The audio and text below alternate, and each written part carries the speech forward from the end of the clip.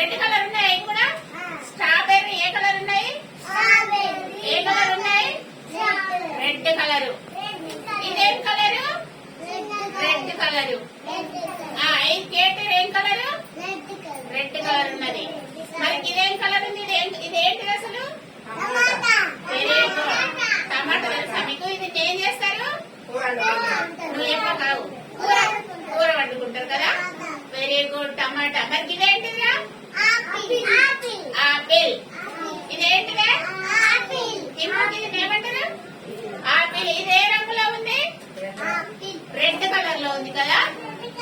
Very good. ఇదేంటిది? ఇవి టమాటా.